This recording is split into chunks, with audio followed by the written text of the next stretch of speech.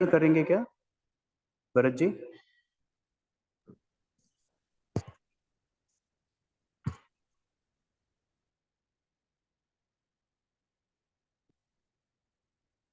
मंगलमय मंगल करण गीत राग विज्ञान, नमो ताहि जाते भय अरहंतादि महान।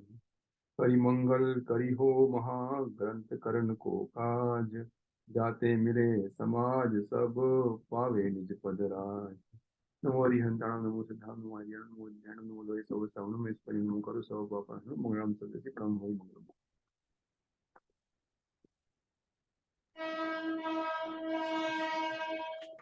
आज कहाँ से लेना है?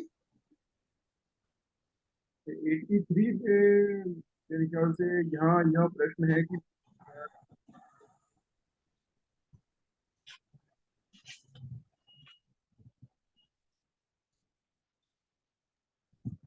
कहाँ से लेना है? ये मेरे ख्याल से निर्जरा तत्व से लेना है दीदी। अच्छा, तो देखो अपन ने गीता भाग 1 और 3 में सात तत्व संबंध में और सात तत्व संबंधी भूल के संबंध में पढ़ा था, 1 और 2 3 के बीच में। तो अब ऐसा संधान में भूलें आ जाएंगी और सही श्रद्धान का स्वरूप भी आ जाएगा, सही श्रद्धान का है अनुसार क्या है। तो हमसे किस टाइप की भूलें हो जाती हैं वो इसमें बताया जा रहा है। तो सात तत्व की जानकारी जरूरी है, तो इसकी भूलें नहीं निकलेंगी तो हम अपने स्वरूप से नहीं समझ पाएंगे। यानी हमारी सराउंडिंग में जो चीजें हैं उन्हें हमें जानना तो बहुत जरूरी है। हमारा बच्चा होता है तो सबसे पहले उसे अपने आसपास की सराउंडिंग चीजें बताई समझाई जाती है ना, ताकि वो अपनों को पहचाने, दूसरों के साथ जाए नहीं, भटके नहीं। तो कंपलसरी चीजें हैं वो सात है, जो प्रयोजनभूत तत्व है वो सात ही है। तत्व तो वैसे बहुत हैं, तो उसमें जो प्रयोजन के हैं, जिनका अभाव है, जिनके अभाव करना है, जिनसे दूर रहना है, किस तरह के गंदे आदमी होते हैं, किस तरह अच्छे आदमी होते हैं, कैसे करे, हर एक से खाने पीने की चीज नहीं ले जाना है। और शुरू में नहीं है तो ये सात तत्व पहचान लो, तो धीरे धीरे समझ में आ जाएगी चीजें, है ना। किससे ले सकते हैं हम, फिर बाद में स्वयं में बुद्धि आ जाती है। इसके साथ तत्व का सही क्या है और गलत क्या है, दोनों चीजें बता रहे हैं। कहाँ कहाँ भटकने की चांस है वो भी बता देते हैं कि देखो बहुत तो सीधा सीधा रास्ता जा रहा है, पर वहां पे एक मोड़ आएगा, तो वहां पे यहाँ नहीं जाना, वहां नहीं जाना, वहां भी सीधे जाना है, वो बताना जरूरी होता है। वो चीजें बताई जा रही है। 86 पेज। चलिए 86 पेज है दीदी, 86। मेरे में 83 था, निद्रा तत्व संबंधी जा रहे ना। नहीं नहीं, 86 पेज से है दीदी। ये है, यहाँ प्रश्न यह है कि इस मिथ्या ज्ञान का कारण कौन है। हाँ, तो फिर मिथ्या ज्ञान शुरू हो गया फिर अपना। जी मिथ्या दर्शन का 5 और 7 तो संबंधी भूल समाप्त हो रही है। अब मिथ्या ज्ञान का, तो अब हमें शरीर में अपना तो बुद्धि हो जाती है ना, ये मैं हूँ, ये मेरे हैं। तो इसमें अहम बुद्धि, मम बुद्धि और ये सब बताए थे, भ्रम बुद्धि की बात बताई थी, इनकी भ्रम बुद्धि और है। तो किस तरह से हमें गलत जानकारी हो जाती है। और यदि नहीं है, तो जैसे उनका उदाहरण दिया, मत वाला यदि सही बात भी बोले तो भी कभी बोल दिया, तो बच्चा है, कदाचित मामा को भी मामा बोल दे, पर वो पहचान नहीं रहा है। वो तो सबको मामा बोल रहा है, उसमें असली भी आ गए, नकली भी आ गए, है ना। तो वो चीज इसमें बताई गई थी। चलिए अब आगे कर लीजिए। मैम, मेरे को ये मिथ्या ज्ञान स्वरूप के अंदर जो संशय, विपर्यय और अनध्यवसाय, इन तीनों का मीनिंग समझा दीजिए। हाँ, संशय का मतलब वैसे कहीं पहले बताया नहीं। संशय का मतलब डाउट, दो तरफ ढुलता हुआ ज्ञान होता है। ये है कि ये है, ये रस्सी है कि सांप है, शरीर आत्मा है क्या, कुछ तो है जैसे। और विपर्य में उल्टी शरीर ही आत्मा है। देखो शरीर से अतिरिक्त कुछ तो है, क्योंकि हमने दूसरों की डेड बॉडी देखी, वो यही रह जाता, कुछ चला जाता है। अब ये जीव है कि वो जीव है, ये मैं हूँ कि वो मैं हूँ, जो रह गया वो मैं हूँ, ये चला गया है, तो चला गया, वो दिखता तो है नहीं है, कैसे माने। तो ऐसे डाउट में रह गए और एक शरीर को ही आत्मा मान लिया, कोई जो है यही लाइफ है, इससे अलग कोई लाइफ नहीं है। तो जब तक जीना अच्छे ठाक से जियो, खाओ पियो और शान से जाओ। जो जाएगा चला जाएगा, क्या लेना देना है। अभी तो वो शरीर को ही आत्मा मान ले, विपर्य उल्टी रेयान हो गया, अनंत बसाए। अरे जाने दो, माथा फोड़ी करने से क्या फायदा, कुछ है ना, क्या है, हमें जानने की जरूरत नहीं है, जो होगा तो देखी जाएगी, तो उस बात में शंका ही नहीं है। वो अनंत बसाए। जैसे चलते फिरते रास्ते में हम जाते हैं, हमारे पैर में कुछ आ जाता है, जब लगातार चलते में कांटा चुभता है तब तो हम देखते हैं, और आया हमने झाड़ दिया, कुछ चुभना बंद हो गया, क्या है हम जान नहीं है, पर कुछ था, क्या था पता नहीं, वो निकल जाते हैं, वो अनध्यवसाय है। पर तीनों में निर्णयात्मक ज्ञान नहीं है। अच्छा,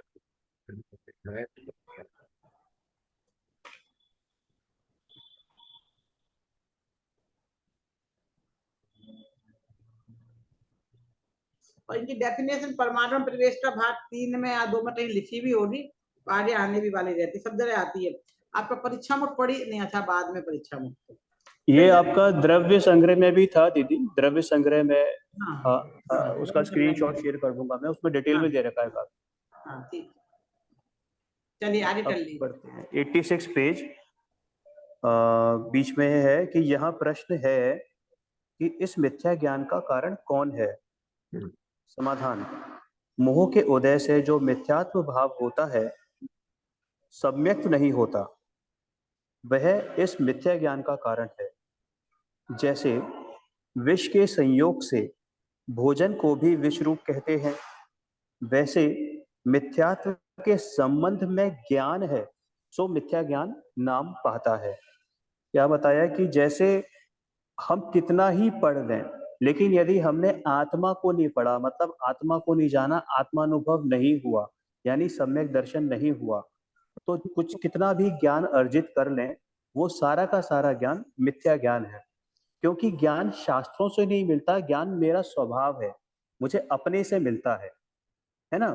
तो जब अगर मैं शास्त्रों से ज्ञान अर्जित करने की कोशिश कर रहा हूँ और मुझे आत्मा को मैंने आत्मा का अर्जन नहीं किया, यानी आत्मा को नहीं समझा, आत्मानुभव नहीं किया, सम्यक दर्शन नहीं प्राप्त हुआ, तो वो सबका सब मिथ्या ज्ञान ही है। यानी मिथ्या दर्शन जहां पर है तो वो सारा का सारा ज्ञान मिथ्या ज्ञान कहलाता है।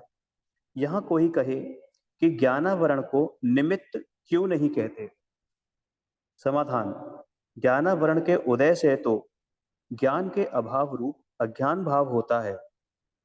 ज्ञानावरण के उदय से तो ज्ञान के अभाव रूप अज्ञान भाव होता है तथा उसके क्षयोपशम से किंचित ज्ञान रूप मति आदि ज्ञान होते हैं।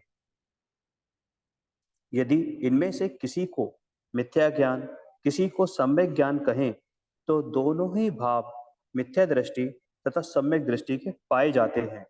इसलिए उन दोनों के मिथ्या ज्ञान तथा सम्यक ज्ञान का सद्भाव हो जाएगा और वह सिद्धांत से विरुद्ध होता है, इसलिए ज्ञानावरण का निमित्त नहीं बनता। क्या बता रहे हैं कि ज्ञानावरण को अगर हम निमित्त माने तो ज्ञानावरण के क्षयोपशम से, है ना, तो उसमें क्या होता है कि ये आपके मति ज्ञान, श्रुति ज्ञान आदि होते हैं। तो ये तो जो मिथ्या दृष्टि है उसको भी होते हैं और जो सम्यक दृष्टि है उसको भी मति श्रुत ज्ञान होते हैं। तो इसका मतलब तो ये हुआ कि मिथ्या दृष्टि को सम्यक भी होगा और मिथ्यात्व तो है ही, और ऐसे ही सम्यक दृष्टि को सम्यक तो हुआ है, लेकिन चूंकि ज्ञानावरण निमित्त बना इस मिथ्या ज्ञान में, तो हमें उसको भी मिथ्यात्व मानना पड़ेगा। यानी कि एक म्यान में दो तलवारें रखनी पड़ेंगी, जो कि संभव है नहीं, क्योंकि ये सिद्धांत विरुद्ध बात है। या तो जीव मिथ्या दृष्टि होता है या सम्यक दृष्टि होता है, दोनों एक समय पे दोनों नहीं होता, इसलिए ज्ञानावरण का निमित्त नहीं बनता। यहाँ फिर पूछते हैं कि मोहित जी, इसको थोड़ा सा और अच्छे से एक्सप्लेन करिए। देखिए इन्होंने क्या बोला कि जो कि देखो मिथ्या दर्शन और मिथ्या ज्ञान, जब मिथ्या दर्शन है तो जितना भी ज्ञान है वो सारा का सारा ज्ञान मिथ्या ज्ञान कहलाता है।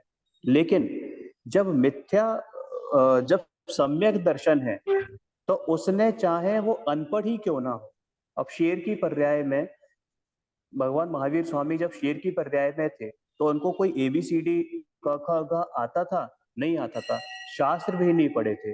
लेकिन जब उनको उपदेश मिला तो उनको सम्यक अंदर से जागृत हुआ, तो उनका सम्यक दर्शन प्रकट जब हुआ तो उनका जो जितना भी ज्ञान था, ज्ञान तो था ही, मति श्रुत ज्ञान हो चाहे, लेकिन वो सारा का सारा ज्ञान क्या हो गया? सम्यक हो गया। ठीक है, तो वही बता रहे हैं। अभी कह रहे हैं कि अगर हम मिथ्या ज्ञान जो आप कह रहे हो बात, इसको अगर हम ज्ञानावरण का निमित्त मान ले तो कि भाई ज्ञानावरण के निमित्त से मिथ्या ज्ञान होता है, तो ये कहते हैं कि भाई अज्ञान का नाम मिथ्या ज्ञान नहीं है। अज्ञान मतलब क्या कि ज्ञानावरण के उदय का नाम मिथ्या ज्ञान नहीं है, और ना ही क्षयोक्षम का नाम मिथ्या ज्ञान है ना। मिथ्यात्व के साथ यानी कि श्रद्धान से विपरीत जब है वो ज्ञान, वो मिथ्या ज्ञान है। श्रद्धान से विपरीत ज्ञान मिथ्या ज्ञान है। और ये जो ज्ञानावरण है वो क्या है, उसके क्षयोक्षम से तो मति ज्ञान और श्रुति ज्ञान होता है ना। तो इसका मतलब वो मति और श्रुति ज्ञान तो सम्यक दृष्टि को भी होता है और मिथ्या दृष्टि को भी होता है। भाई 5 ज्ञान होते हैं ना, तो कम से कम 2 ज्ञान तो होते ही हैं प्रत्येक जीव के। कम से कम प्रत्येक जीव के 2 ज्ञान होते हैं कि मति ज्ञान और श्रुति ज्ञान, चाहे वो सम्यक दृष्टि हो और चाहे वो मिथ्या दृष्टि हो। तो जब सम्यक दृष्टि को अगर मति श्रुति ज्ञान है और उस समय ज्ञानावरण का उदय भी है, तो इसका मतलब ये हुआ कि ज्ञानावरण के उदय में अगर हम मिथ्या ज्ञान माने तो सम्यक दृष्टि को मिथ्या दृष्टि भी मानना पड़ेगा। समझ में आ रहा है आपको? हाँ जी। है ना। तो सम्यक दृष्टि को अगर मिथ्या दृष्टि मानेंगे तो मतलब क्या हुआ कि एक साथ आप 2 नावों में सवारी कर रहे हैं, जो कि सिद्धांत के विरुद्ध बात है। या तो जीव सम्यक दृष्टि होगा या मिथ्या दृष्टि होगा, है ना। तो वही चीज बता रहे हैं यहाँ पर। मतलब ऐसा नहीं कि एक साथ दो या तो हेड होता है या टेल होता है, दोनों एक सिक्के में दोनों चीजें नहीं हो सकती ना। ऐसे ही यहाँ पर बता रहे हैं कि भाई मिथ्या ज्ञान तथा सम्यक ज्ञान का सद्भाव हो जाएगा, यानी मिथ्या ज्ञान और सम्यक ज्ञान दोनों एक साथ होंगे, जो कि सिद्धांत के विरुद्ध है। इसलिए ज्ञानावरण का निमित्त नहीं बनता है। क्लियर है? हाँ। फिर पूछते हैं कि रस्सी, सर्प आदि के अयथार्थ यथार्थ ज्ञान का कारण कौन है? उसी को जीवादि तत्वों के अयथार्थ यथार्थ ज्ञान का कारण कहो। वो कह रहे हैं कि रस्सी सर्प आदि के जो अयथार्थ है यथार्थ ज्ञान का फिर कारण कौन है? पहले तो ये बताओ। दूसरा जो है उसी को जीवादि तत्वों के यथार्थ अयथार्थ ज्ञान का कारण कहो। उत्तर कह रहे हैं कि जानने में जितना अयथार्थ पना होता है उतना तो ज्ञानावरण के उदय से होता है, और जो यथार्थपना होता है उतना ज्ञानावरण के क्षयोक्षम से होता है। जैसे कि रस्सी को सर्प जाना, वह यथार्थ जानने की शक्ति का बाधक कारण उदय है, इसलिए अयथार्थ जानता है, तथा रस्सी को जाना वह यथार्थ जानने की शक्ति का कारण क्षयोक्षम है, इसलिए यथार्थ जानता है। उसी प्रकार जीव आदि तत्वों को यथार्थ जानने की शक्ति होने या न होने में तो ज्ञानावरण ही का निमित्त है, परंतु जैसे किसी पुरुष को क्षयोक्षम से दुख के तथा सुख के कारणभूत पदार्थों को यथार्थ जानने की शक्ति हो, वहां जिसको असाता वेदनीय का उदय हो वह दुख के कारणभूत जो हो उन्हीं का वेदन करता है, सुख के कारणभूत पदार्थों का वेदन नहीं करता। यदि सुख के कारणभूत पदार्थों का वेदन करे तो सुखी हो जाए। असाता का उदय होने से नहीं हो सकता। इसलिए यहाँ दुख के कारणभूत और सुख के कारणभूत पदार्थों के वेदन में ज्ञानावरण का निमित्त नहीं है, साता असाता का उदय ही कारणभूत है। दी थोड़ा सा एक्सप्लेन कर दीजिए इस पैराग्राफ को। देखो ये पहला पैराग्राफ जो इन्होंने पूछा था, ये दोनों में एक बात कही जा रही है कि जो सम्यक दर्शन और मिथ्या दर्शन ये है, ये तो मोहिनी के उदय अनुदय का बात है, और अज्ञान और ज्ञानावरणी का है, और उसे उदाहरण देके समझाया जा रहा है साता साता वेदनी के उदय से। तो जैसे कि मुझे पाप का उदय हुआ तो कहीं शरीर में दर्द हो रहा है, तो बुद्धि उस दर्द को महसूस करने की नहीं है, उपयोग वहां नहीं जा रहा है, तो बुद्धि नहीं जा रही, तो उदय तो साता वेदनी का, पर ज्ञानावरणी के उदय से वो समझ में नहीं आ रहा है। तो 2 टर्मों के उदय कहाँ कौन सा उदय चालू रहेगा, ये चीज बताई जा रही है। एक तो ये। दूसरी बात सबसे पहले बताई गई है कि यहाँ पे आपने इनने बोला मिथ्या दृष्टि है तो मोहिनी का दर्शन, मोहिनी और चारित्र मोहिनी का जो उदय बताया था ना उधर, बोले आप उसको क्यों बोल रहे हो? अज्ञान में तो आप ज्ञानावरणी के उदय बोलो। बोलो ज्ञाना वर्णी के उदय से तो आपको कम जानना नहीं जानना ऐसा होता है। जैसे अपन सब क्लास में बैठे हैं, कोई जल्दी समझ जाता है, कोई देर से समझ जाता है। तो जैसे ज्ञान का क्षोभसम होता है वो जल्दी समझ में आता है, जिसका ज्ञान का और ज्ञानावर्णी का उदय होता है उसे थोड़ा जब तक उदय है तब तक समझ में नहीं आता है, जब क्षोभसम हो रहा है तब समझ में आएगा। तो जो आपको जल्दी समझ में आ रहा नहीं समझ में आ रहा वो तो ज्ञानावर्णी के उदय से हो रहा है।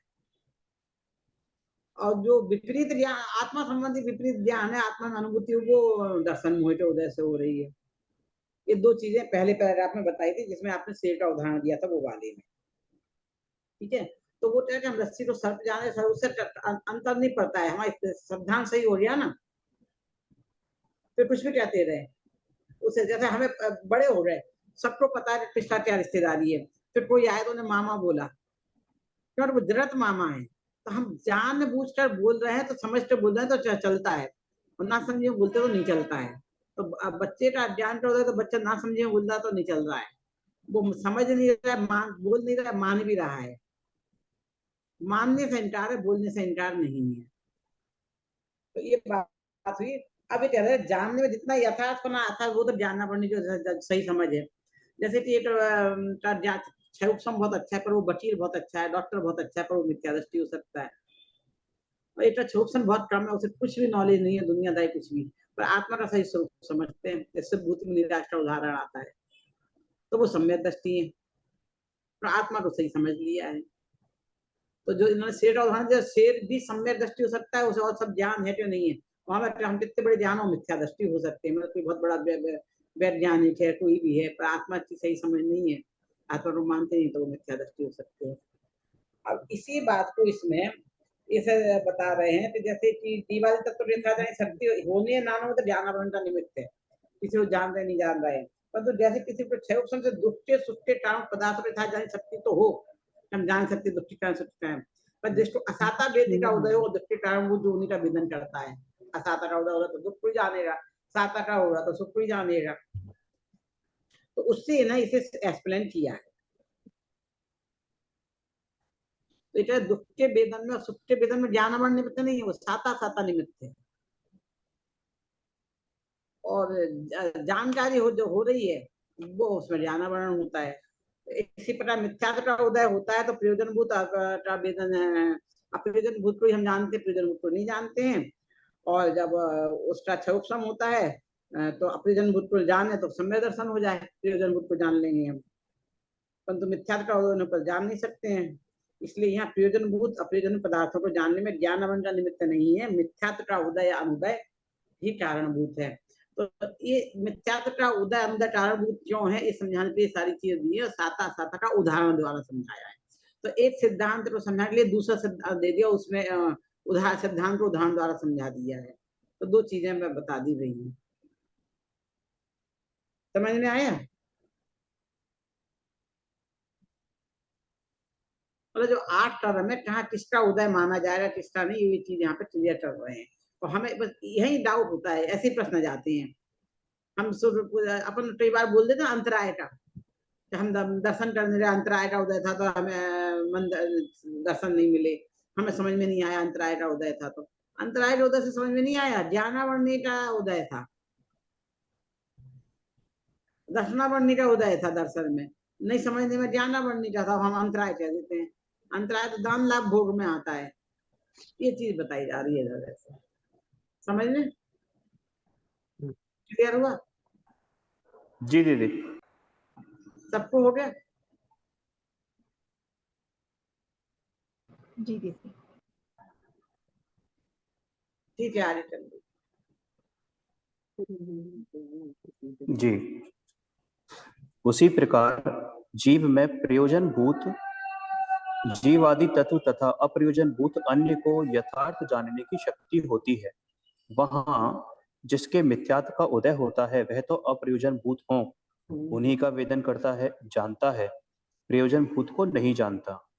यदि प्रयोजन भूत को जाने तो सम्यक दर्शन हो जाए, परंतु वह मिथ्यात्व का उदय होने पर हो नहीं सकता।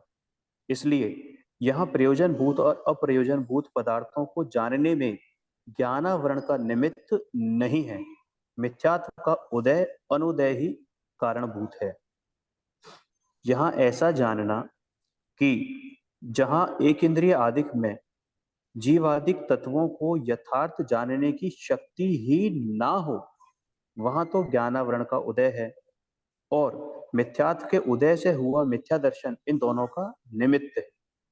तथा जहाँ संगी मनुष्य आदिक में क्षयोक्षम आदि लब्धि होने से शक्ति हो और ना जाने, वह मिथ्यात्व के उदय का ही निमित्त जानना। इसलिए मिथ्या ज्ञान का मुख्य कारण ज्ञानावरण को नहीं कहा, मोह के उदय से हुआ भाव वही कारण कहा है। तो यहाँ पर ये दीदी ने एक्सप्लेन कर ही दिया है इसको कि जैसे एक इंद्रिय आदि जो जीव होते हैं, ज्ञान तो उनको होता है, लेकिन उनको कितना ज्ञान होता है? अक्षर के अनंत भाग का ज्ञान होता है। तो वहां पे ज्ञानावरण का उदय बहुत ज्यादा होता है और क्षयोक्षम बहुत कम। ठीक है, तो इस कारण क्या है कि वो जीवादि जो तत्व हैं उनको यथार्थ जानने की शक्ति नहीं है।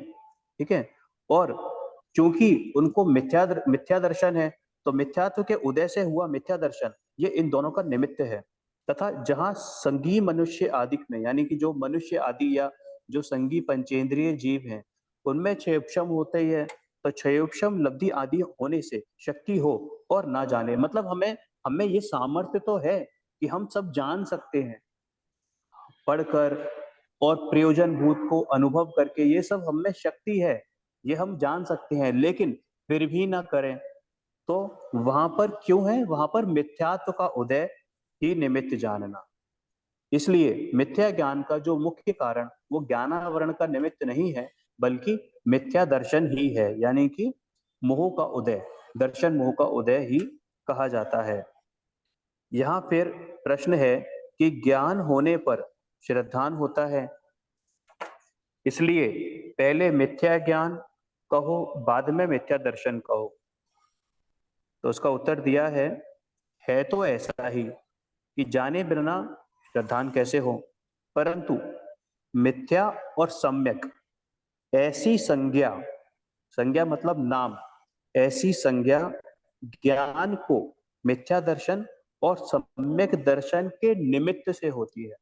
बहुत स्पष्ट सी बात है कि जब मिथ्या दर्शन होता है तो सारा ज्ञान मिथ्या ज्ञान कहलाता है, और जब सम्यक दर्शन होता है तो थोड़ा सा भी ज्ञान हो वो सारा का सारा सम्यक ज्ञान कहलाता है। एक साथ मिथ्या ज्ञान और सम्यक ज्ञान नहीं हो सकते। जैसे मिथ्या दृष्टि और सम्यक दृष्टि सुवर्ण यानी सोने आदि पदार्थों को जानते तो समान है, परंतु वही जानना मिथ्या दृष्टि के मिथ्या ज्ञान का नाम पाता है और सम्यक दृष्टि के सम्यक ज्ञान का नाम पाता है। इसी प्रकार सर्व मिथ्या ज्ञान और सम्यक ज्ञान को मिथ्या दर्शन और सम्यक दर्शन कारण जानना। मतलब ये है स्पष्ट सी बात कि अगर सम्यक दृष्टि माँ को माँ कहे तो सम्यक ज्ञान है, और मिथ्या दृष्टि माँ को माँ कहे तो भी मिथ्या ज्ञान ही कहलाएगा। मतलब वो सच बात भी बोले ना मिथ्या दृष्टि, तब भी वो मिथ्यात्व ही है, मिथ्या ज्ञान ही है। इसलिए जहां सामान्यतः ज्ञान श्रद्धान का निरूपण हो वहां तो ज्ञान कारणभूत है। जहां सामान्यता ज्ञान श्रद्धान का, सामान्यता मतलब कि जहां पर सामान्य रूप से ज्ञान और श्रद्धान का निरूपण मतलब उसका एक्सप्लेनेशन आए, तो वहां तो ज्ञान कारणभूत है, उसे प्रथम कहना, और श्रद्धान कार्यभूत है, उसे बाद में कहना। देखिए हम जब पढ़ रहे हैं तो पढ़ने से हमें मालूम पड़ रही है कि क्या चीज सही है क्या गलत है, ये निर्णय करने में हम समर्थ हो रहे हैं। और ये समर्थ हम हो क्यों रहे हैं? क्योंकि हमें वो सामर्थ्य है। ठीक है, तो ये जो ज्ञान मिल रहा है ये हमें सम्यक दर्शन कराने में सहायक सामग्री है, लेकिन जब तक वो सम्यक दर्शन नहीं है जो भी ज्ञान है वो मिथ्या ज्ञान ही नाम पाता है।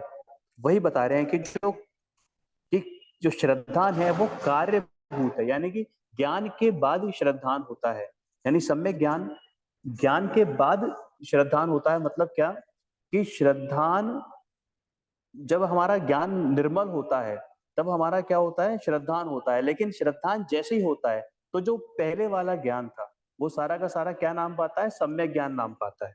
उससे पहले का जितना भी ज्ञान है वो सारा मिथ्या ज्ञान है।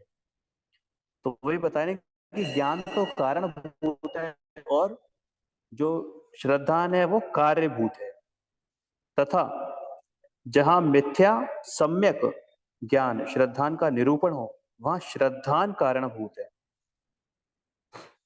जहां पर मिथ्या, और देखो जहां पे सामान्य रूप से ज्ञान और श्रद्धान का की बात आएगी, ज्ञान और श्रद्धान की सामान्य रूप से जहां बात आ रही है, तो वहां तो क्या है, पहले ज्ञान आएगा उसके बाद में श्रद्धान आएगा, यानी कि ज्ञान होगा उसके बाद श्रद्धान होगा, ठीक है। लेकिन जहां पर मिथ्यात्व और सम्यक्त्व की बात आती है ना, चाहे वो ज्ञान हो चाहे वो श्रद्धान हो, तो वहां पर पहले श्रद्धान यानी सम्यक दर्शन की बात आएगी, यानी श्रद्धान कारणभूत है उसे पहले कहना, और ज्ञान कार्यभूत है उसे बाद में कहना।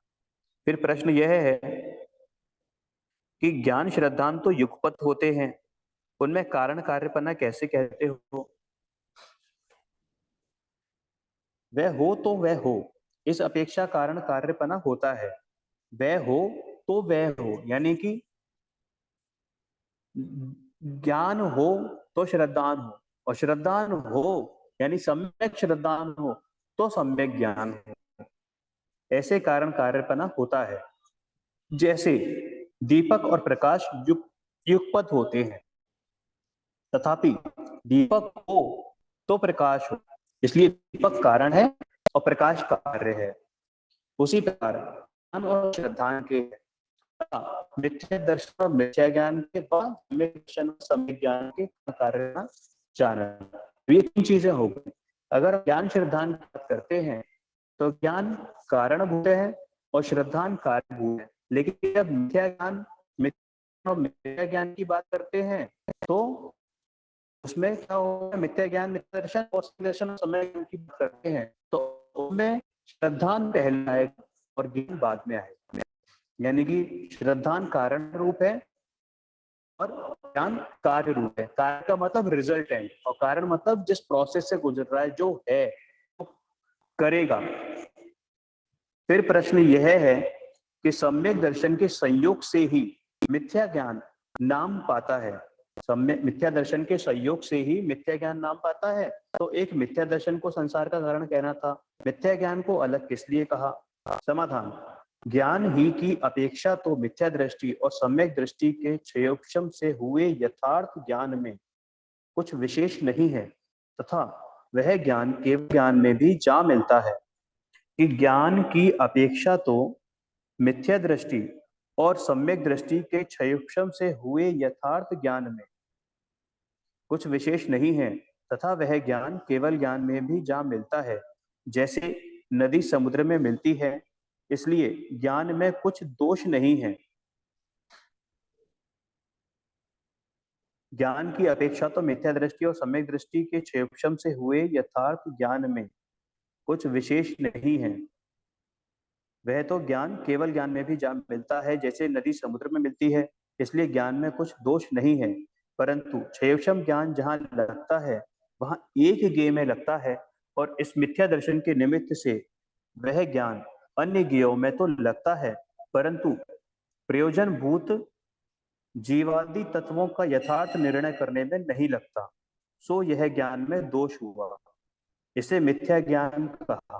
तथा जीवादि तत्वों का यथार्थ श्रद्धान नहीं होता, सो यह श्रद्धान में दोष हुआ, इसे मिथ्या दर्शन कहा।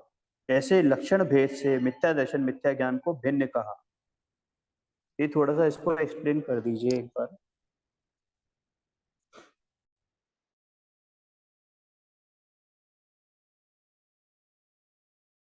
हाँ, कर रही हूँ। वही सम्यक दर्शन और सम्यक ज्ञान का जो आता है ना, कि पहले और बाद का, तो देखो किसी भी चीज की नॉलेज हमें पहले होती है। ज्ञान कर रहे, जैसे कि आपने परमाणु और इसका बारे में जानकारी ली, तो पहले ज्ञान हुआ ना आपको, यहाँ कुछ ऐसा है। फिर जो हम किसी से भी काम करते हैं, डॉक्टर के पास जाए, वकील के पास जाए, तो एक सामान्य विश्वास से तो जाते हैं, पर श्रद्धा से नहीं जाते हैं। पूरा विश्वास, एकदम विश्वास नहीं, इसके कहने पे भरोसा हुआ, उससे गए हम, ठीक है ना। और फिर जब खुद करते हैं उसके बाद जैसा भरोसा, अब आपने 2 साल ज्वाइन कर लिया, तो अब आपको जैसा खुद का भरोसा आया, दूसरे को प्रेरणा वाला जैसा, पहले खुद के लायक जितना था, तो जो खुद का विश्वास जैसे आ जाता है तो वो अब सम्यक ज्ञान नाम पाएगा। ज्ञान पहले हुआ पर सम्यक नहीं था, श्रद्धा सही नहीं थी, तो अब श्रद्धा हो रही है। तो किसी भी कीमत पे हमें करना, क्लास नहीं हो रही तो आगे पीछे अटेंड करके करना, एडजस्ट करना। अरे 1 घंटा बहुत है, नहीं दे पाएंगे, 2 घंटा एक साथ नहीं पढ़ पाएंगे, बोर हो जाएंगे। तो ये कह रहे हैं पहले ज्ञान होता है, लेकिन श्रद्धा नाम उसको तभी दिया जाता है, हमें ज्ञान नाम तब जाता है जब श्रद्धा सही होती है। पहले भी ये बात चर्चा आई थी। दूसरा और क्या पूछना है?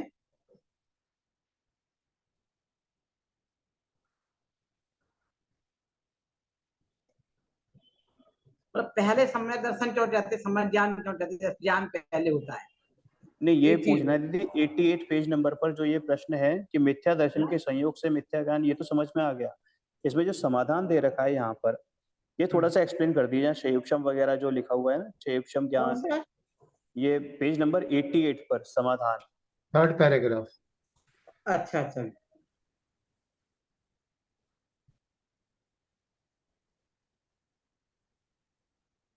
इसमें मैम क्या केवल ज्ञान को समुद्र की उपाधि दी है जिसके अंदर मिथ्या दृष्टि और सम्यक दृष्टि दोनों समाहित हो जाते हैं?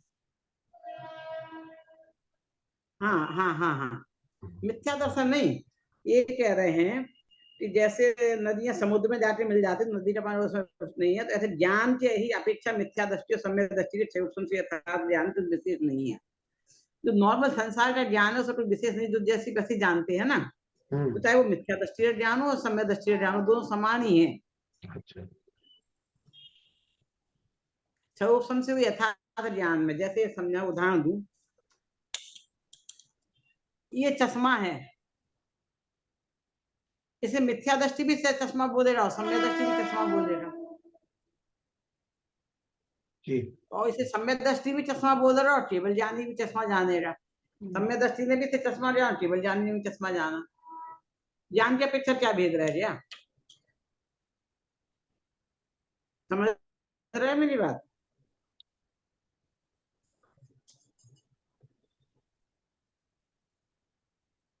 तो ज्ञान की अपेक्षा जो क्षयोक्षम ज्ञान है, उसके यथार्थ ज्ञान में कुछ विशेष नहीं है, सब कुछ यथार्थ ज्ञान में क्या है। गलत ज्ञान, देखो गलत ज्ञान में भेद हो सकता है, कोई इसे चश्मा नहीं बोल दे, कुछ और बोल दे, अलग अलग चीजें बोले। यथार्थ ज्ञान सबका समान होगा, गलत ज्ञान में 3-4 ऑप्शन हो सकते हैं।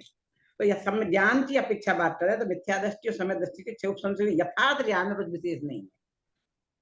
यथार्थ ज्ञान चाहे जैसे सम्यक दृष्टि का होगा, वो मिथ्या वह ज्ञान केवल ज्ञान में भी जा मिलता है। केवल ज्ञान हो रहा तो भी जैसे अभी आपने इसे चश्मा जाना, मिथ्या दृष्टि अवस्था में चश्मा जाना, फिर सम्यक दृष्टि अवस्था में जाना, केवल अवस्था में इसे चश्मे जाना जा मिलता, मतलब ये कह रहे हैं। जैसे नदी समुद्र में मिलती है, इसलिए ज्ञान में कुछ दोष नहीं है, सही ज्ञान में, परंतु क्षयोक्षम ज्ञान जहाँ लगता है वहां एक देह में लगता है, एक बार में एक चीज जान सकते हैं। और मिथ्या दर्शन के निमित्त वह ज्ञान अन्य जीवों में तो लगता है, परंतु प्रयोजन जीवादी तत्वों का यथार्थ निर्णय करने में नहीं लगता है।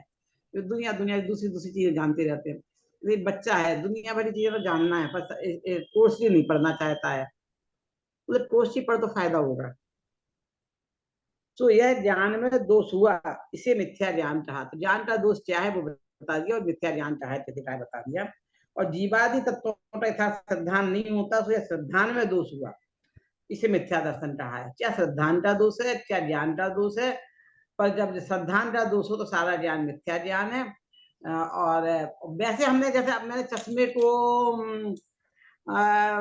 चश्मा नहीं बोल रही, मोबाइल को मैं फोन बोल रही हूँ, तो मेरा अज्ञान है, समझ में आया? मिथ्या ज्ञान नहीं है, अज्ञान है। अज्ञान और ज्ञान, और मिथ्या ज्ञान और सम्यक ज्ञान ये नाम हो सम्यक दर्शन की अपेक्षा। ऐसे लक्षण भेद से मिथ्या दर्शन और मिथ्या ज्ञान को भिन्न कहा है, दोनों के लक्षण में स्वरूप में भेद है, इसलिए इनको अलग रखा है। समझ में आ गई बात?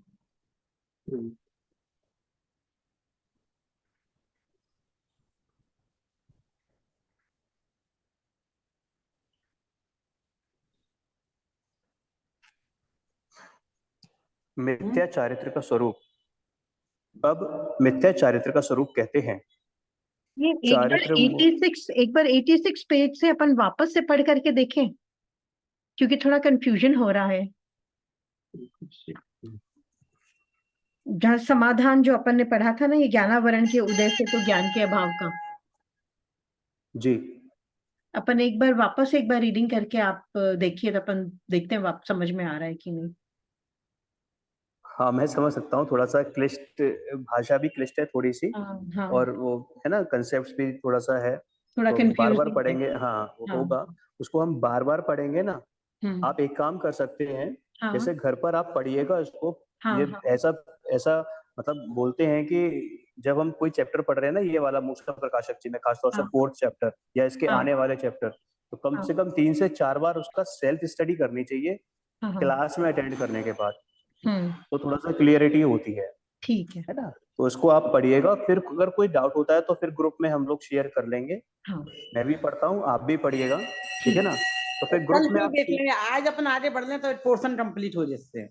हम्म, कल फिर यदि डाउट रह जाए, आप घर पे सेल्फ पढ़ना, फिर भी नहीं समझ में आया तो फिर कल क्लास में पूछ लेना, ठीक एक बार रिकॉर्डिंग सुन लेना। जी। ठीक है। मिथ्या चारित्र का स्वरूप। अब मिथ्या चारित्र का स्वरूप कहते हैं चारित्र मोह के उदय से जो कषाय भाव होता है उसका नाम मिथ्या चारित्र है। यहाँ अपने स्वभाव रूप प्रवृत्ति नहीं है, झूठी पर स्वभाव रूप प्रवृत्ति करना चाहता है, सो बनती नहीं है, इसलिए इसका नाम मिथ्या चारित्र है। अभी पीछे हमने मिथ्या दर्शन का देखा था। मिथ्या दर्शन क्या है? दर्शन मोह, है ना, यानी कि श्रद्धा गुण का विभाव रूप, यानी विकारी पर रहा है, श्रद्धा गुण की विकारी पर रहा है, वो मिथ्या दर्शन। और ये जो है वो क्या है? चारित्र गुण की विकारी कर रहा है, जो है सम्यक मिथ्या चारित्र।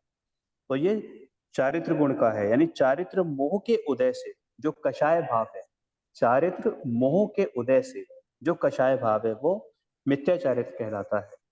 देखो, हमने 3 शब्द सुने थे, मोह राग द्वेष, जिसमें से एक जो मोह है ना, मोह, वो मिथ्यात्व यानी मिथ्या दर्शन, और जो राग द्वेष है वो है कषाय, यानी कि चारित्र गुण की विकारी पर रहा है, यानी मिथ्या चारित्र, चारित्र मोह का उदय। तो चारित्र मोह के उदय से जो कषाय भाव होता है उसका नाम मिथ्या चारित्र है।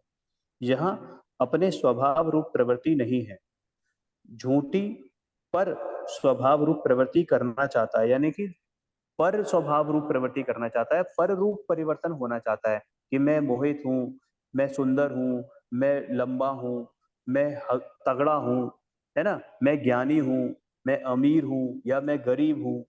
तो ये इस तरीके से जो प्रवृत्ति होती है, ठीक है, वो करना चाहता है, उसको बनती नहीं है, तो इसलिए इसका नाम मिथ्या चारित्र है। वही बतलाते हैं अपना स्वभाव तो ज्ञाता दृष्टा है, सो स्वयं केवल देखने वाला जानने वाला तो रहता नहीं है। जिन पदार्थों को जानता देखता है उनमें इष्ट अनिष्ट को ना मानता है, इसलिए रागी द्वेषी होकर किसी का सद्भाव चाहता है, किसी का अभाव चाहता है। ये तो सदा से करते आए हैं कि अगर हमने किसी को इष्ट माना तो हम चाहते हैं कि उसका सद्भाव हो, यानी उसका मेरे साथ संयोग हो, और किसी को अनिष्ट माना तो हम चाहते हैं कि उसका अभाव हो, यानी कि मेरे साथ उसका वियोग हो, मुझे वो चीजें नहीं मिले। परंतु उनका सद्भाव या अभाव इसका किया हुआ होता नहीं, क्योंकि कोई द्रव्य किसी द्रव्य का कर्ता हरता है नहीं, यानी कोई किसी का ना तो करता है और ना ही किसी का हरता है ना। यही बता रहे हैं कि सर्व द्रव्य अपने अपने स्वभाव रूप परिणमित होते हैं, ये तो हम पढ़ते ही आए हैं, है ना। जैन दर्शन का मूल सिद्धांत यही है कि प्रत्येक द्रव्य अपने अपने में स्वतंत्र रहता है, अपनी आवाज चलेगी। मुझे आवाज नहीं आ रही है। अभी आवाज आ रही है? हाँ, हाँ आ जी। रही है। क्योंकि कोई द्रव्य किसी द्रव्य का कर्ता हरता है नहीं, सर्व द्रव्य अपने अपने स्वभाव रूप परिणमित होते हैं, यह वृथा ही कषाय भाव से आकुलित होता है, ठीक है। तथा कदाचित जैसा यह चाहे वैसा ही पदार्थ परिणमित हो, तो वह अपने परिणमाने से तो परिणमित हुआ नहीं, अब कभी कभी ऐसा भी होता है कि जो हम चाहते हैं वैसा ही हो जाता है। मैंने ये चाहता कि मेरा जो है यूपीएससी में सिलेक्शन हो जाए, खूब मेहनत की और हो भी गया। तो वो भैया, वो यूपीएससी में जो सिलेक्शन हुआ है वो ऐसा नहीं कि मैंने मेहनत की और हो गया। मेहनत तो मुझ जैसी मेहनत तो बहुत सारे लोगों ने की, बहुत सारे स्टूडेंट्स ने की। उनका क्यों नहीं हुआ? मुझसे ज्यादा मेहनत की, उनका क्यों नहीं हुआ?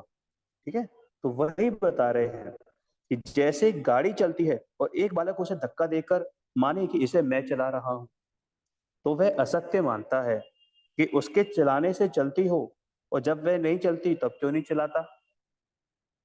उसी प्रकार पदार्थ परिणमित होते हैं और यह जीव उनका अनुसरण करके ऐसा मानता है कि इनको मैं ऐसा परिणमित कर रहा हूं, परंतु ये वह असत्य मानता है।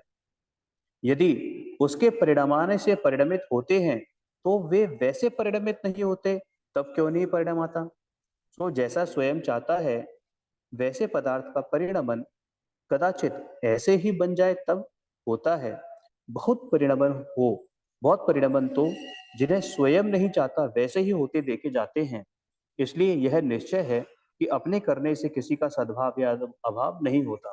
देखिए, बड़ा ही स्पष्ट लिखा है, और ये चीज हमने पर्सनल भी एक्सपीरियंस की है, आप सबने भी देखा होगा कि हमारी जो विशेष होती हैं, सपोज हमारी विशेष 1000 विशेष है, 1000 हमने विशेष करी, तो क्या वो 1000 की 1000 पूरी हो जाती हैं?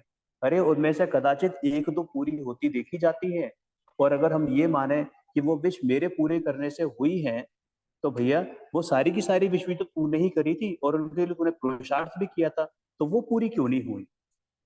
तो इसका मतलब क्या कि वो सारी की सारी जो इच्छाएं थी, वो इच्छाएं चूंकि पर रूप थी, तो वो उनके स्वयं की योग्यता जैसी होनी थी, उनकी भव्यता, उनकी होनहार, उस रूप से परिणमित हुई, अपने आप से हुई, उनकी खुद की योग्यता से हुई। अब कोई कहे कि बहुत मेहनत करता हूँ और पैसे कमाता हूँ, रुपया आता है, मेरी मेहनत से रुपया आता है। अरे भैया, रुपया मेहनत से नहीं आता, रुपया तो अपनी योग्यता से आता है। अपनी मतलब कौन? मेरी योग्यता नहीं, उस रुपये की योग्यता, उस उद्गल द्रव्य की योग्यता से वो रुपया आता है। वो मेहनत से नहीं आता। मेहनत से अगर आता होता तो मुझसे ज्यादा मेहनत बहुत लोग करते हैं, तो उनको क्यों नहीं आया? है ना? तो यही बता रहे हैं कि हम चाहते तो बहुत सारा है, उसमें से इतु मात्र से पूरी होती है आकांक्षा, और उसको हम क्या मानते हैं? वो मैं कर रहा हूँ। यदि वो मैं कर रहा हूँ तो बाकी भी तुझे करना चाहिए। तो इसका मतलब ये कि अपने करने से किसी का सद्भाव या अभाव होना होता नहीं है, तथा यदि अपने करने से सद्भाव अभाव होते नहीं तो कषाय भाव करने से क्यों हो? केवल स्वयं ही दुखी होता है। और फिर जब अपने करने से नहीं होते तो हम क्या होते हैं? दुखी होते हैं, रुदन मचाते हैं, रौद्र परिणाम करते हैं, आद्र आर्त परिणाम करते हैं, तो फिर दुखी होते हैं। जैसे किसी विवाह आदि कार्य में जिसका कुछ भी कहा नहीं होता, यदि वह स्वयं कर्ता होकर कषाय करे तो स्वयं ही दुखी होता है। उसी प्रकार जानना, इसलिए कषाय भाव करना ऐसा है कि जैसे जल का बिलोना कुछ कार्यकारी नहीं है, जल का बिलोना कुछ कार्यकारी नहीं है, इसलिए इन कषायों की प्रवृत्ति को मिथ्याचारित्र कहते हैं। ये थोड़ा समझ नहीं आया दीदी, जल का बिलोना दही कुछ कार्य। दही हाँ को जी। अपन मथते हैं, बिलोना ना मथना। दही को मथते हैं तो छाछ बन जाती है, हाँ। बटर निकल आता है। तो पानी को बिलो रहे तो क्या मिलेगा? कुछ टास्टर ही नहीं। जी जी जी कितना मतोड़े क्या होगा? जी, ये क्लियर है सभी को अभी तक जो भी है? इसमें कोई डाउट तो नहीं है? हाँ, अभी क्लियर है। हाँ। इष्ट अनिष्ट की मिथ्या कल्पना। अब जो जैसे हम पढ़ रहे हैं ना, तो हम जैसे पढ़ लेंगे ना आगे, तो जो पीछे अगर हमारा कुछ अस्पष्ट भी रह गया तो वो दोबारा जब हम पढ़ेंगे ना तो हमें स्पष्ट हो जाएगा। हाँ। इष्ट अनिष्ट की मिथ्या कल्पना तथा कषाय भाव होते हैं, सो पदार्थों को इष्ट अनिष्ट मानने पर होते हैं। सो इष्ट अनिष्ट मानना भी मिथ्या है, क्या है? क्योंकि कोई पदार्थ इष्ट अनिष्ट है नहीं। कैसे? सो कहते हैं, जो अपने को सुखदायक उपकारी हो उसे इष्ट कहते हैं, अपने को दुखदायक या अनुपकारी हो उसे अनिष्ट कहते हैं। बिल्कुल सही। लोक में सर्व पदार्थ अपने अपने स्वभाव के ही करता है। मैं किसका करता? अपने ज्ञान स्वभाव का करता। आप किसका करते? करता अपने ज्ञान स्वभाव की करता। इस शरीर के करते नहीं, इस टी शर्ट के करते नहीं, इस मोबाइल के करता नहीं, इस जूम मीटिंग के करता नहीं, ठीक है ना। और जो ये ज्ञान हम ले रहे हैं इसके भी हम करता नहीं। जो मेरा स्वभाव है ज्ञान स्वभाव, मैं उसका करता हूं मात्र, है ना। तो वही बता रहे हैं कि लोक में सर्व पदार्थ अपने अपने स्वभाव के करता है, कोई किसी को सुखदायक दुखदायक उपकारी अनुकारी है नहीं। यह जीव ही अपने परिणामों में उन्हें सुखदायक उपकारी या दुखदायक अनुपकारी मान लेता है और इष्ट अनिष्ट कल्पना करता है। एक ही पदार्थ किसी के लिए इष्ट है और वही सेम पदार्थ दूसरे व्यक्ति के लिए अनिष्ट होता है। और कभी कभी तो ऐसा होता है कि एक पदार्थ जो मुझे आज इष्ट था, कल वही पदार्थ मुझे अनिष्ट लगने लगे, है ना। आपने डिवोर्स होते हुए देखे होंगे, है ना, कि भाई लड़का लड़की में कितना प्रेम था, उसके बाद क्या हुआ, डिवोर्स हो गया, मतलब वही लड़की उसको या लड़का उसको क्या लगने लगा, अनिष्ट लगने लगा, जो 1 महीने पहले तक खूब इष्ट लगती थी या लगता था, है ना। तो ऐसे ही जैसे किसी को वस्त्र ना मिलता हो तो उसे मोटा वस्त्र इष्ट लगता है, और जिसे पतला वस्त्र मिलता है उसे वह अनिष्ट लगता है ना। अब यहाँ पे सुअर का एग्जाम्पल दिया है, सुअर को पोटी कैसी लगती है, वो सुअर पोटी खाता है, बताओ, उसको इष्ट लगती है ना। बाकी सबको तो अनिष्ट लगती है। किसी को मेघ वर्षा इष्ट लगती है, बारिश इष्ट लगती है, और कुमार से पूछो, है ना, उसने बर्तन सुखाने के लिए रखे हो और बारिश आ जाए तो क्या होगा, उसकी तो रोजी रोटी छिन जाएगी बेचारे की, है ना। ऐसी किसान को वही वर्षा जब जरूरत है तो इष्ट लगती है, और उसने वो धान काट के रखा हो, फसलों को रखा हो काट के, और फिर बारिश आए तो फिर क्या होगा, वही बारिश उसको अनिष्ट लगने लगेगी, ठीक है। तो इस प्रकार एक जीव को भी एक ही पदार्थ किसी काल में इष्ट लगता है और किसी काल में अनिष्ट लगता है। ये जो पूरा पैराग्राफ है ये मैंने एक्सप्लेन कर दिया है ना। तो इसके आगे पढ़ते हैं, 90 नंबर पेज। इस प्रकार पदार्थ में तो इष्ट अनिष्टपना है नहीं। यदि पदार्थ में इष्ट अनिष्टपना होता तो जो पदार्थ इष्ट होता वह सभी को इष्ट होता, और अनिष्ट होता तो वह सभी को अनिष्ट होता। परंतु ऐसा नहीं है। यह जीव मात्र लगा लेना अपने आप की, कल्पना द्वारा उन्हें इष्ट अनिष्ट मानता है, सो यह कल्पना तो झूठी है। तथा पदार्थ सुखदायक उपकारी या दुखदायक अनुपकारी होता है, सो अपने आप नहीं होता, परंतु पुण्य पाप के उदय अनुसार होता है। समझ में आ गई ना। यानी कि किसी का अगर पुण्य का उदय है तो वो भिखारी के घर में भी पैदा होगा ना तो पैसा लेके आएगा, और किसी का पाप का उदय है तो चक्रवर्ती के घर में पैदा होगा तब भी वो जिंदगी भर कंगाल ही रहेगा, है ना। तो ऐसा है, जिसके पुण्य का उदय होता है उसको पदार्थों का संयोग दुख सुखदायक उपकारी होता है, और पाप का उदय होता है उसे पदार्थों का संयोग दुखदायक अनुपकारी होता है। ऐसा प्रत्यक्ष देखने को आता है। किसी को स्त्री पुत्रादिक का सुखदायक है, किसी को दुखदायक है, किसी को व्यापार करने से लाभ है, किसी को नुकसान है, किसी के तो शत्रु भी दास हो जाते हैं, और किसी का पुत्र भी अहितकारी हो जाता है ना। ये तो देखा है सबने जी। इसलिए जाना जाता है कि पदार्थ अपने आप इष्ट अनिष्ट नहीं होते, परंतु कर्मोदय के अनुसार प्रवर्तते हैं। जैसे किसी के नौकर अपनी स्वामी के कहे अनुसार किसी पुरुष को इष्ट अनिष्ट उत्पन्न करें तो वह कुछ नौकरों का कर्तव्य नहीं है, उसके स्वामी का कर्तव्य है। क्या बताया कि भाई जैसे होता है ना कि भाई एक कंपनी है, कंपनी के में किसी मैनेजर ने कुछ फ्रॉड किया, ठीक है। तो भैया एक बात बताओ, वो कंपनी की बदनामी है या उस मैनेजर की बदनामी है? आदमी का जो विश्वास है, कस्टमर का जो विश्वास है, वो उस मैनेजर से टूटेगा या कंपनी से छूटेगा? कंपनी से छूटेगा, है ना। जी। तो मतलब क्या कि ऐसे ही किसी यही बता रहे हैं कि जैसे वो जो इष्ट अनिष्ट पना है या पुण्य पाप वगैरह है, ठीक है, तो कोई नौकरी को ही इष्ट अनिष्ट माने तो झूठ है। उसी प्रकार अब यहाँ पे सिद्धांत आ गया, अभी दृष्टांत दिया था, सिद्धांत आ गया कि कर्म के उदय से प्राप्त हुए पदार्थ कर्म के अनुसार जीव को इष्ट अनिष्ट उत्पन्न करें, तो वह जो पदार्थ मिले हैं उनका कोई कर्तव्य नहीं है। वो किसकी वजह से हमें इष्ट अनिष्ट भाषित हो रहे हैं? हमारे कर्म के उदय की वजह से, कर्मों का कर्तव्य है। क्लियर है? क्लियर है? मतलब जी कर्म जी। तो हो गए स्वामी, और जो वो पदार्थ हो गए वो कौन? वो पदार्थ क्या हो गए? वो उसके नौकर या मैनेजर हो गए। यदि पदार्थों को ही इष्ट अनिष्ट माने तो झूठ है।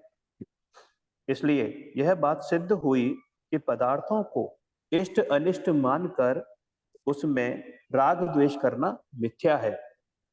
अब यहाँ कोई कहे कि बाह्य वस्तुओं का संयोग कर्म निमित्त से मिलता है, तब कर्मों में तो राग द्वेष करना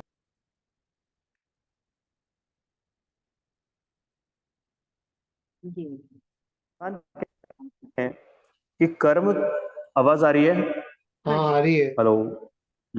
आ रही आ कर्म रही तो जड़ हैं, उनके कुछ सुख दुख देने की इच्छा नहीं है, तथा वे स्वयं एव तो कर्म रूप परिणमित होते नहीं हैं। इसके भावों के निमित्त से कर्म रूप होते हैं। जैसे कोई अपने हाथ से पत्थर लेकर अपना सिर फोड़ ले, तो पत्थर का क्या दोष है? उसी प्रकार जीव अपने रागादि भावों से उद्गल को कर्म रूप परिणमित करके अपना बुरा करे, तो कर्म का क्या दोष है? इसलिए कर्म से भी राग द्वेष करना तो मिथ्या है। मतलब कर्म को हम ही इनवाइट करते हैं। अब हम अपना दरवाजा खुला छोड़ दें और चले जाएं घूमने, तो भैया चोर तो चोरी करेंगे ही, है ना? तो कर्मों का भी कोई दोष नहीं है। कर्म क्या है? कर्मों को हमने आमंत्रण दिया है, ठीक है? तो दोष तो हमारा है कि हम पर बुद्धि करते हैं, पर पदार्थों में अहमपना और ममत्वपना, उससे पहले हमने पढ़ा कर्तृत्वपना और भोक्तृत्वपना करते हैं। इस प्रकार पर द्रव्यों को इष्ट अनिष्ट मानकर राग द्वेष करना मिथ्या है। यदि पर द्रव्य इष्ट अनिष्ट होते और वहां राग द्वेष करता, तो मिथ्या नाम ना पाता। वे तो इष्ट अनिष्ट हैं नहीं, वे तो इष्ट अनिष्ट है नहीं, और यह इष्ट अनिष्ट मानकर राग द्वेष करता है, इसलिए इस परिणमन को मिथ्या कहा है। मिथ्या रूप जो परिणमन, उसका नाम मिथ्या चारित्र है। यानी जब मैं पर रूप परिणमित होता हूँ, है ना, अपने आप को मनुष्य मानकर उस जैसी ही क्रिया करता हूँ, क्रोध करता हूँ, पर पदार्थों में क्रोध करता हूँ, पर पदार्थों में माया करता हूँ, मान करता हूँ, लोभ करता हूँ, है ना, तो ये सब क्या है? मिथ्या चारित्र है, कषाय है। ठीक है? अब मेरे ख्याल समय हो रहा है, तो आज हाँ, यही। कोई डाउट है किसी को? कुछ पूछना है?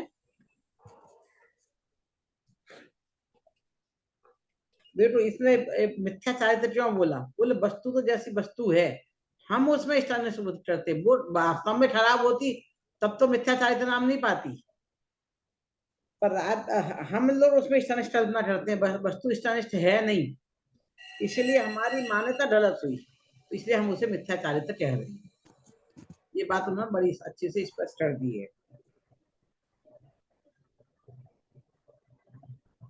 तो ये जो हमारे अंदर प्रश्न उठते हैं वो सब पंडित जी स्वयं उठाते हैं, उससे समाधान करते चले जाते हैं।